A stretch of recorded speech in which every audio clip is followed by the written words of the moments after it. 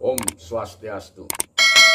Assalamualaikum warahmatullahi wabarakatuh. Salam sejahtera untuk kita semua. Salam Namo Buddhaya.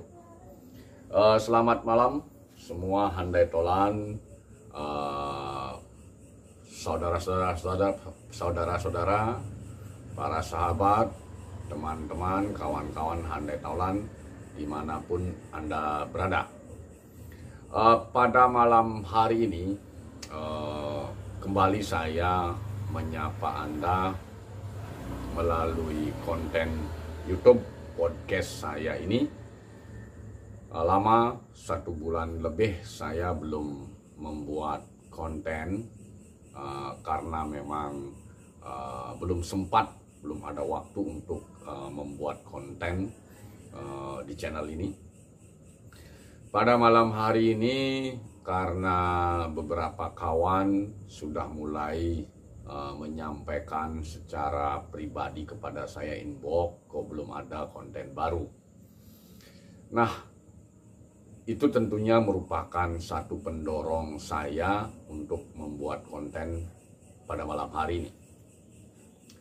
Pada malam hari ini Selasa 26 Juli 2022, salah satu hal yang ingin saya angkat adalah tentang melanjutkan isi konten saya 1 tahun lalu tentang prediksi Pilpres 2024. Itu ada di dalam channel YouTube saya. Pada tahun lalu saya memprediksi. Nah, karena politik itu sangat dinamis dan sangat cair, tentunya hitungannya bukan hanya tahun, tetapi detik. Nah, hari ini trennya tentunya mengalami perubahan-perubahan. Jadi pada malam hari ini saya mencoba memberikan analisa, prediksi kembali kira-kira hari ini apa tren yang terjadi berkaitan dengan pemilu 2024 dan Pilpres 2024. Santai saja. Jadi pada malam hari ini saya sudah membawa peralatan perlengkapan yang cukup lengkap. Nah, ini sambil santai, ini wine-nya orang Bali. Jadi wine-nya orang Bali, asli made in Bali. Kita akan semakin fasih berbicara seperti burung-burung kalau sudah dikasih makan dia akan sedikit rewel. Artinya kicauannya itu tambah ringan. Juga malam hari ini sudah tidak lepas kopi sore saya masih tersisa, jadi bisa menemani saya. Sambil saya akan membahas tentang tren pemilu 2024. Langsung mulai saja, rekan-rekan, saudara-saudara di setanah air. Jadi Pilpres 2024 terlepas dari rumor, suara-suara yang sedikit berbeda dengan isi Undang-Undang Dasar 45, di mana masa jabatan presiden wakil presiden itu dibatasi 2 kali. Artinya apa? Secara normatif hari ini tidak ketika menggunakan regulasi terakhir, aturan terakhir Undang-Undang Dasar 45 yang sudah diamandemen 4 kali, berarti akan tidak ada lagi bahasa incumbent calon presiden itu. Berarti akan muncul calon-calon baru. Nah, meskipun pada tataran normatif juga masih perlu ada kaji ulang, terutama berkaitan dengan mekanismenya yang kurang logis pandangan saya. Hasil pemilu Pileg 2019 digunakan sebagai modal mengusung calon 2024. Ini kurang logis. Secara filsafat politik kemudian filsafat hukum, tentunya politik yang positif ini tidak kurang logis. Mestinya ini menjadi satu poin penting yang perlu dikaji kembali oleh elit-elit di negeri ini. Harusnya tidak demikian. Itu hal yang perlu dicermati. Kemudian yang kedua, penentuan ambang batas mengajukan calon presiden wakil presiden juga dalam perspektif politik yang positif, kemudian perspektif hukum yang positif juga kurang pas. Kenapa demikian? Karena sebenarnya rakyat menginginkan pilihannya lebih banyak. Seperti orang akan berbelanja di pasar. Ketika pilihan lebih banyak, peluang-peluang dia untuk memperoleh barang-barang yang berkualitas, yang super akan lebih besar peluangnya dibandingkan model yang sekarang. Nah, terlepas dari ketiga hal itu, hari ini kita menggunakan rujukan yang sudah ada. Jadi hasilnya sudah jelas. Pemetaan pada tahun lalu sudah saya katakan. Jadi yang di papan atas, ada partai politik papan atas, ada partai politik papan tengah, dan ada yang di bawah. Nah, ketika kita berbicara papan atas, itu ada 3 partai besar, PDIP, Gerindra, dan Golkar. Kemudian ada di papan menengah, ada PKB di sana, ada Nasdem di sana, kemudian ada Demokrat di sana. Itu yang jumlah suaranya di kisaran 8 hingga 9%. Ada yang kecil-kecil, ada PAN, kemudian ada P3 di papan bawah.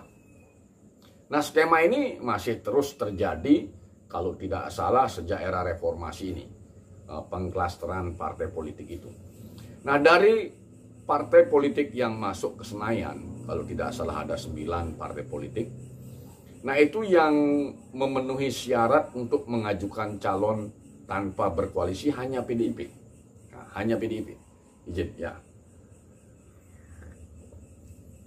Nah, ketika kita berbicara PDIP, pasti kunci siapa yang akan bertarung, siapa yang akan diajukan itu adalah Ketua Umum, Ibu Megawati. Nah, tentunya kalau kita menganalisis, mengkaji bagaimana perhelatan itu, bagaimana tren itu hari ini dan kemungkinan di depan seperti apa, tentunya kita harus berpikir dari kaca Ibu Megawati ketika kita akan melihat bagaimana PDIP. Nah, kemudian partai yang kedua besar adalah kalau tidak salah Gerindra. Nah, Gerindra juga demikian. Posisi Ibu Megawati kurang lebih akan sama dengan posisi Pak Prabowo di Gerindra, karena beliau sebagai ketua Dewan Pembinanya. Ya. Nah, meskipun demikian, yang membedakan Gerindra harus berkoalisi.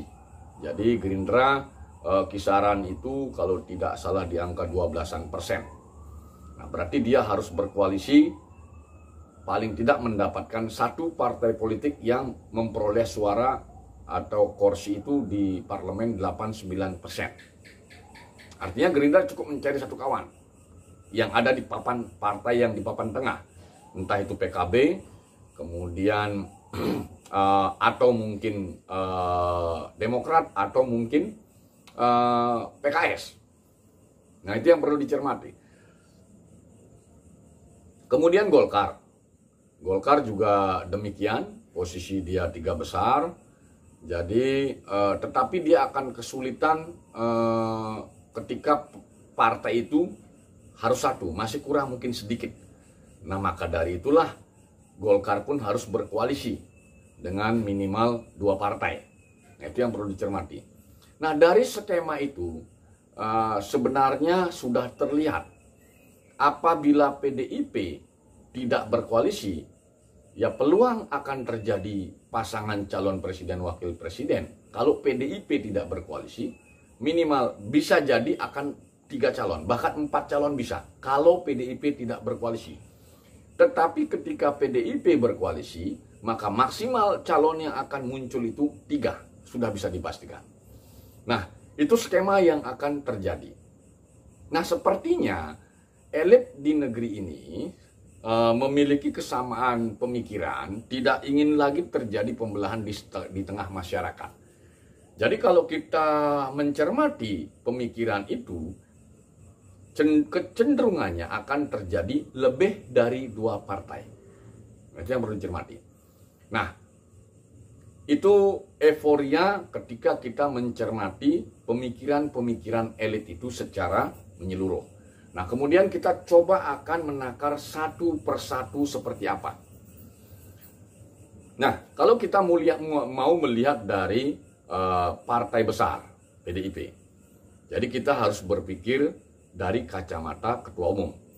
Nah, kalau kita cermati hari ini, pengalaman PDIP mencalonkan calon presiden sejak era reformasi, jadi baru memenangkan perhelatan Pilpres itu sejak Pak Jokowi. Jadi di era tahun 2014-an itu, kalau tidak salah.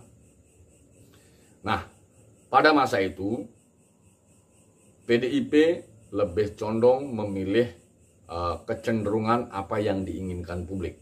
Arti rating waktu itu Pak Jokowi besar sekali. Padahal pada masa itu sebenarnya kalau memang ingin Ibu Mega tampil, beliau bisa menjadi calon. Tetapi Ibu Mega lebih memilih apa yang dikehendaki oleh masyarakat. Nah, itu pada masa 2014 dan 2019. Tetapi hari ini kalau kita ingin melihat bagaimana tren yang terjadi di internal PDIP, tidak terlepas dari apa yang menjadi pemikiran dan dikendalikan oleh Ibu Ketua Umum. Nah, ketika kita melihat tren hari ini, di mana bahwa Ketua Umum tidak bisa dipungkiri memiliki anak kandung Ibu Puan, yang memang kalau kita melihat dari sisi elektabilitas yang dilakukan oleh tukang-tukang survei, itu tidak masuk ke 5 besar, bahkan bisa dikatakan di papan bawah. Tapi itu hasil survei. Tetapi ketika merujuk pada kompetensi dan pengalaman yang dimiliki oleh Ibu Puan Maharani sebagai anak kandung, kemudian pengurus DPP PDIP di pusat, pernah menjabat, pernah di DPR RI, kemudian sebagai mulai dari anggota biasa, kemudian berkarir di parlemen, kemudian pernah menjadi menteri pada masa periode pertama Pak Jokowi, kemudian sekarang menjadi ketua DPR RI. Yang perlu dicermati adalah perolehan suara ketika beliau Ibu Puan menjadi DPR RI dari Dapil Jateng. Itu kalau tidak salah, suara terbesar yang diperoleh beliau itu bisa dikatakan suara terbanyak caleg dari PDIP untuk untuk PDIP, untuk DPR RI. Nah, ini secara faktual sebenarnya modal kuat yang bisa memberikan keyakinan atau dukungan bagi pengurus-pengurus PDIP termasuk Ibu Megawati untuk mendorong Puan menjadi calon presiden. Masuk akal karena referensi tadi. Meskipun tukang-tukang survei hari ini hasilnya di bawah. Tetapi itu bukan menjadi rujukan utama survei itu. Itu yang perlu dicermati. Artinya tren hari ini, kesempatan itu ada pada Puan Maharani yang notabene adalah anak kandung Ibu Ketua Umum. Kemudian usia beliau sudah bisa dikatakan sangat tua. Jadi ini momentum yang memang sebenarnya milik Ibu Puan, Mbak Puan. Jadi kapan lagi, bahasanya kapan lagi Bu Mega mencalonkan putrinya sendiri untuk menjadi capres.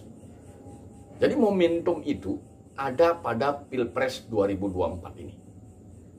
Nah, itu sementara tren yang kemungkinan besar berkembang di internal PDIP. Nah, permasalahannya, PDIP akan mentandemkan Mbak Puan dengan siapa? Jadi kalau ingin menang PDIP, ketika dia mengusung Mbak Puan, pastilah akan mencari ceruk tambahan suara untuk bisa menambah suara PDIP. Baik di daerah pemilihan di Jawa, Sumatera, Kalimantan, Sulawesi, dan di tempat lain.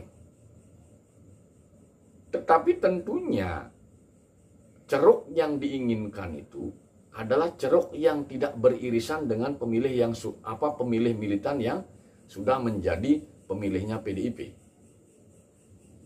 Nah, pandangan saya, kemungkinan besar apabila PDIP mencalonkan Ibu Puan menjadi calon presiden, kemungkinan yang akan dipasang sebagai calon wakilnya adalah Panglima ABRI, Pak Andika Perkasa.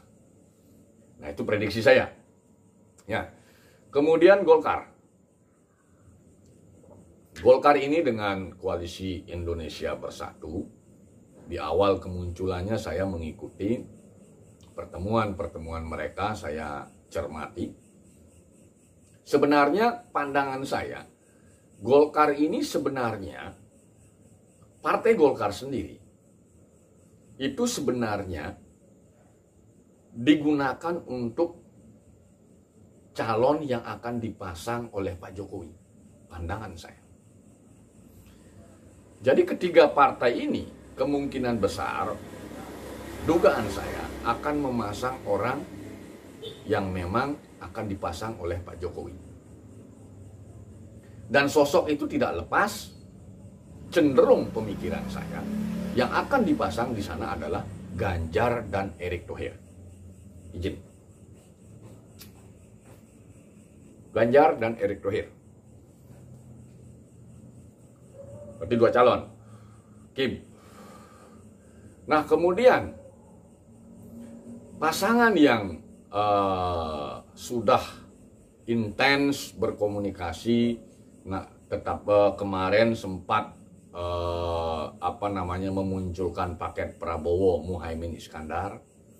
Pandangan saya itu akan bisa terjadi.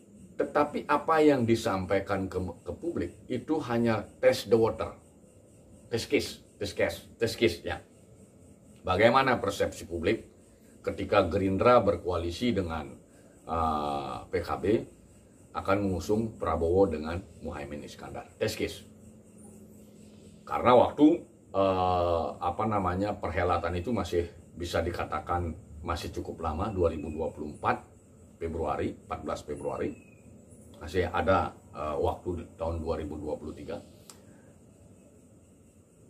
Nah, artinya gambaran siapa yang akan diusung pasti oleh Gerindra dan PKB, pandangan saya belum ada finalnya, belum ada finalnya. Meskipun komunikasi partai sudah dilakukan. Nah, yang menarik itu gerbong atau pasangan yang ketiga. Yang menarik adalah gerbong pasangan yang coba dibangun oleh Partai Nasdem, inisiatornya, kemudian ada Demokrat dan PKS. Nah, meskipun di sini kingmakernya sudah kelihatan, ada 3 orang, 4 orang bisa dikatakan, Pak Surya Paloh, kemudian Pak SBY, Pak JK, dan elit-elit yang ada di PKS. Nah, ini dengan keluarnya Habib Rizik, kemungkinan besar ada infus atau masukan support, baik itu berkaitan dengan advice, saran maupun pemilih. Nah, di sini sudah kelihatan sinyal bahwasanya SBY, JK ini dan Surya Paloh termasuk PKS akan cenderung memasang tandem Anies sebagai calon presiden dan AHY putra SBY yang notabene ketua umum Demokrat sebagai calon wakil presiden. Nah, jika eskalasinya seperti ini, di PDIP akan mencalonkan Puan Maharani dan Andika Perkasa, Panglima TNI. Kemudian Gerindra, ini yang saya katakan tadi, koalisi kedua, belum final siapa ini ya. Nanti kita akan bahas sedikit tentang Gerindra. Kemudian di Golkar, ini rasanya Golkar, PAN, dan P3 ini, kalau dia tetap bertahan, kuat, kemudian solid, ini cenderung akan memasang Ganjar dan Erick Thohir. Kemudian ada yang gerbong keempat, koalisi, Nasdem, Demokrat, PKS, ini akan condong memasang Anies dan AHY. Nah, apabila eskalasinya seperti itu, kemudian dan kemudian test the water koalisi kedua, Gerindra dan PKB itu memasang Prabowo dan Muhaimin Iskandar, bisa dipastikan kacamata saya yang akan tampil di putaran kedua final adalah Ganjar Erick Thohir melawan Anies AHY. Nah, ini akan seru. Kenapa saya katakan akan semakin seru? Sebenarnya ini pengulangan Pilpres kalau tidak salah 2004. Di mana pada waktu itu SBY JK tampil, kalau tidak salah ada 3 apa 4 capres waktu itu. Salah satu kompetitornya itu adalah koalisi PDIP dan Gerindra, Megawati Prabowo. Tapi yang menang pada masa itu adalah SBY JK. Jadi kalau komposisi 4 tadi terjadi, kacamata saya ini sebenarnya pengulangan Pilpres 2004. Plus malah. Kenapa saya katakan plus? Karena kita akan melihat perhelatan Pilgub Jakarta. Di mana kemarin tampil Ahok melawan Anies melawan AHY. Dari sana sudah kelihatan Jakarta itu simplifikasi Indonesia sebenarnya. Ketika dua kutub itu bersatu, maka peluang kemenangan dua kutub yang bersatu itu tinggal yang satu kutub itu salah karena 3 ada kelompok tadi pilkada Jakarta pada masa itu. Makanya saya katakan Pilpres 2024 ketika begitu komposisi calonnya seperti itu akan terjadi. Prediksi saya yang masuk ke putaran kedua Ganjar Erik melawan Anies AHY. Namun apabila Gerindra dan PKB membuat kejutan politik, justru tidak menampilkan Prabowo dan Muhaimin, justru katakanlah Gerindra dan PKB memasang calon orang lain, misalnya Pak Lanyala Mataliti dengan Ridwan Kamil atau dengan Khofifah, tapi sulit karena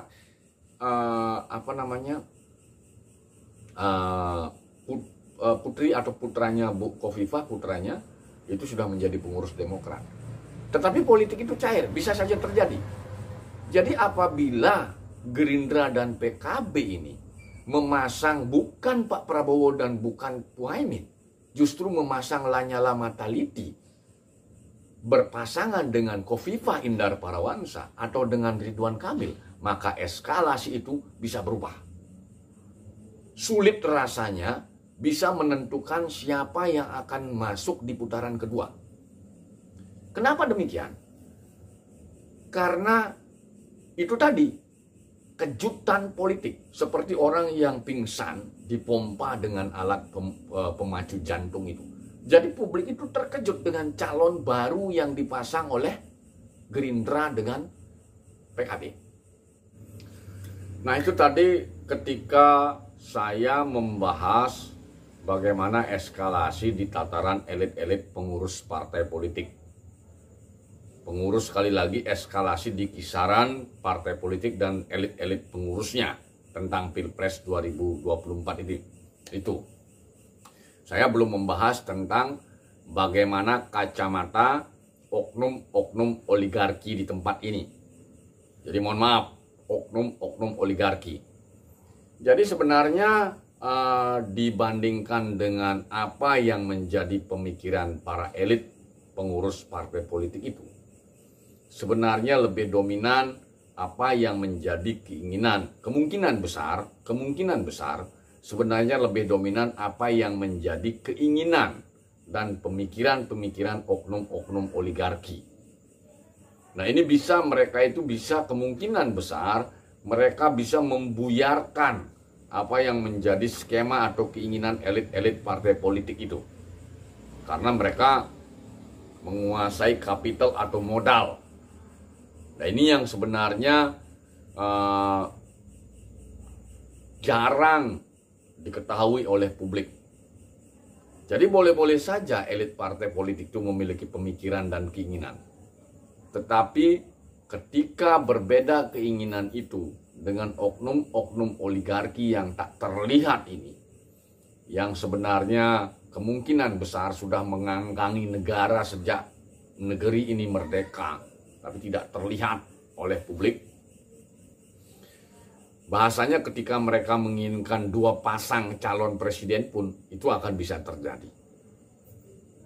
Bahkan ketika mereka misalnya jika menginginkan hal yang berbeda dari Undang-Undang Dasar 45, bisa saja itu terjadi.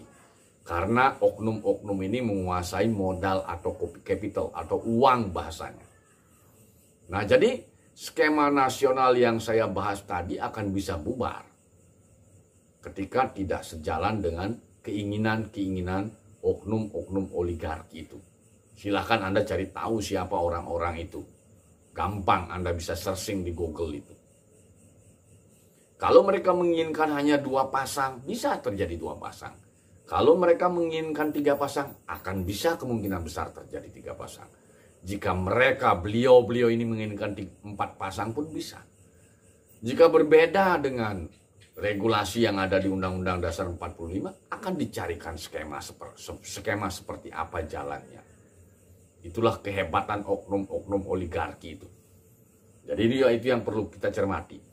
Tetapi pada kesempatan malam hari ini, saya ingin mengatakan, tentunya dari calon-calon yang akan dimainkan atau diusung oleh semua partai politik tadi,